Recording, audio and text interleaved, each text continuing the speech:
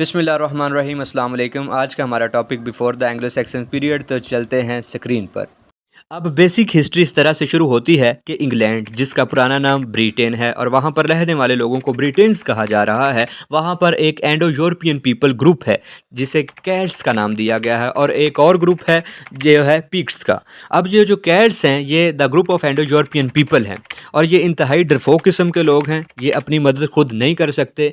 इसी वजह से जो पिक्ट्स हैं ये एक दूसरा ग्रुप है, ये जंगली फाइटर हैं, ये जंगली किस्म के लोग हैं। ये आए दिन कैट्स के ऊपर अटैक करते हैं और इनसे जितनी भी खाने पीने की जो भी अशिया होती हैं सब कुछ छीन कर ले जाते हैं। और कैट्स जो कि खुद लड़ना नहीं जानते या खुद अपनी मदद करने को तैयार ही नहीं हैं, ये अपनी मदद के लिए आए दिन किसी ना किसी को, एम्पायर को, किसी दूसरे मुल्क से अफवाज को इनवाइट करते रहते हैं। तो जिस तरह इन्होंने एंगल सैक्सन और ज्यूट्स नामी कबाइल को ब्रिटेन के अंदर, मैं इंग्लैंड का यहाँ पर पुराना नाम ही लूँगा क्योंकि हम हिस्ट्री को स्टेप 1 से पढ़ रहे हैं, और स्टेप 1 के अंदर इंग्लैंड को ब्रिटेन ही कहा जाता रहा है। तो आपने जब भी मैं ब्रिटेन कहूँ समझ जाना है कि इंग्लैंड की बात हो रही है। तो कैट्स जो है इन्होंने एंगल सैक्सन और ज्यूट्स को बुलाने से पहले यहाँ पर रोमन्स को बुलाया था। तो और क्या हम देखेंगे कि क्या वजह थी कि रोमन्स यहाँ से चले गए, और फिर जो एंगल सैक्सन और ज्यूट्स नामी कबाइल आए उनके क्या असरात हुए ब्रिटेन के ऊपर आकर। तो जो 43 यानी 43 AD टू 450 AD तक यहाँ पर रोमन्स रहे हैं ब्रिटेन के अंदर। कैट्स की मदद के लिए ये आए थे। अब रोमन्स किस तरह के लोग थे? कैट्स का तो हमने देख लिया है कि कैट्स डरफोक लोग थे, ये ब्रेव लोग नहीं थे। और इनका सबसे मेन जो पॉइंट आपने याद रखना है, कैट्स पेगन्स थे। पेगन्स कौन होते हैं जी? पेगन्स होते हैं the people who does not believe in any religion. ऐसे लोग जो किसी भी मज़हब पर, किसी भी खुदा को नहीं मानते, उन्हें पेगन्स कहा जाता है। तो कैट्स जो थे ये पेगन्स थे, और ये केल्टिक लैंग्वेज यानी कि जो इनकी अपनी लैंग्वेज थे ये वो बोलते थे। और इन्होंने अपनी मदद करने के लिए रोमन्स को बुलाया। अब इन्होंने रोमन्स को क्यों बुलाया वो हमें पहले ही पता चल गया है कि कैट्स डरफोक हैं और पिग्स इनके ऊपर अटैक कर रहे हैं, और पिग्स के अटैक से बचने के लिए इन्होंने रोमन्स को इनवाइट किया है। अब ज़ाहिरी बात है जिनको इनवाइट किया जा रहा है वो इनसे तो बहादुर ही होंगे कैट्स से। अब जो रोमन थे, Roman most dominant military force इनके पास थी। ये बड़े बहादुर लोग थे, ब्रेव लोग थे, और इनका मज़हब था क्रिश्चियन। ये क्रिश्चियनिटी को लेकर आए हैं जी ब्रिटेन के अंदर। यहाँ पर आपने ये भी याद रखना है। और ये लैटिन लैंग्वेज बोलते थे। ये रोमन्स के मैं आपको मेन पॉइंट बता रहा हूँ जो आप MCQs के अंदर भी आपसे पूछे जा सकते हैं, और लॉन्ग क्वेश्चन के अंदर भी इन्हें पॉइंट वाइज पॉइंट आप लिख सकते हैं। यानी कि मोस्ट डोमिनेंट मिलिट्री फोर्स थी रोमन्स की, लैटिन लैंग्वेज बोलते थे, क्रिश्चियनिटी को लेकर आए थे ब्रिटेन के अंदर। और सबसे अहम बात, जो रोमन्स थे और जो कैट्स थे ये दोनों बड़ी देर तक यानी 43 AD टू लेकर 410 AD तक या 450 AD तक इकट्ठे रहे हैं। ये एक दूसरे के साथ बड़ी अच्छी तरह से पीसफुली रहे हैं, और इन्होंने आकर इनके ऊपर कब्जा नहीं किया। जिस तरह एंगल सैक्सन और ज्यूट्स ने आकर इनको दिन में तारे दिखाए हैं ना कि हर कोई रोमन जैसा नहीं होता, वैसा काम इन्होंने नहीं किया। ये live together peacefully with cats, cats के साथ बड़े अच्छे से ये रहे हैं। अब ज़ाहिरी बात है रोमन्स आए हैं, इनका कोई किंग है, इनका कोई बादशाह है, ऐसे तो नहीं आ गए। वो किंग का नाम आपने याद रखना है, किंग हॉर्नियस उसका नाम है जी। और हेड्रिक वॉल एक दीवार है, ठीक है, जिसे रोमन वॉल भी कहा जाता है। इन्होंने आके ना वो ब्रिटेन के वहाँ पर कैट्स जहाँ पर रहते थे और उनके ऊपर पिट्स बार बार अटैक करते थे, उसके गिर्द एक दीवार बनाई किंग हॉर्नियस ने, जिसकी वजह से इसे हेड्रिक या वॉल या रोमन वॉल कहा जाता है। अब हुआ क्या, ये तो चल रहा था जी सीन कि कैट्स ने रोमन्स को बुलाया, बड़े अच्छे से दोनों रह रहे थे।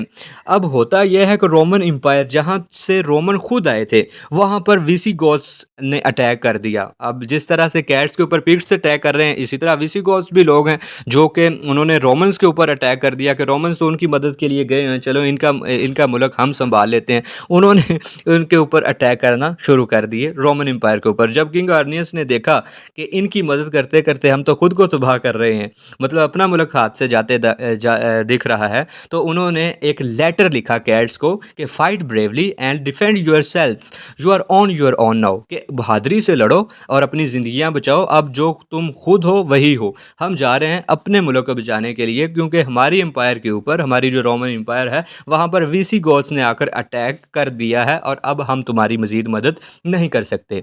ठीक है, तो वहाँ से फिर 410 AD के अंदर रोमन्स चले जाते हैं ब्रिटेन से कैट्स को अकेला छोड़कर।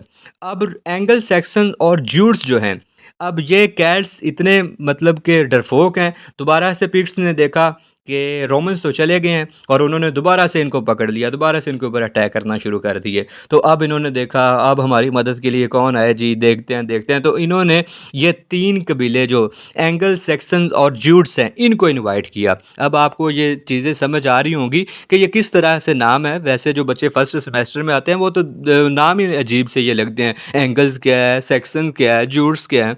तो ये कबाइल के नाम हैं जो इन्होंने इनवाइट किए थे अपनी हेल्प के लिए, ठीक है। और यहाँ पर आकर अब इन्होंने क्या किया, इनका किरदार क्या रहा, वो हम आगे डिस्कस करेंगे। उससे पहले रोमन्स के यहाँ से जाने के बाद और आने से पहले जो जो चीज़ें यहाँ पर नहीं आई हैं उनको एक दफ़ा मैं रिपीट कर देता हूँ, ठीक है।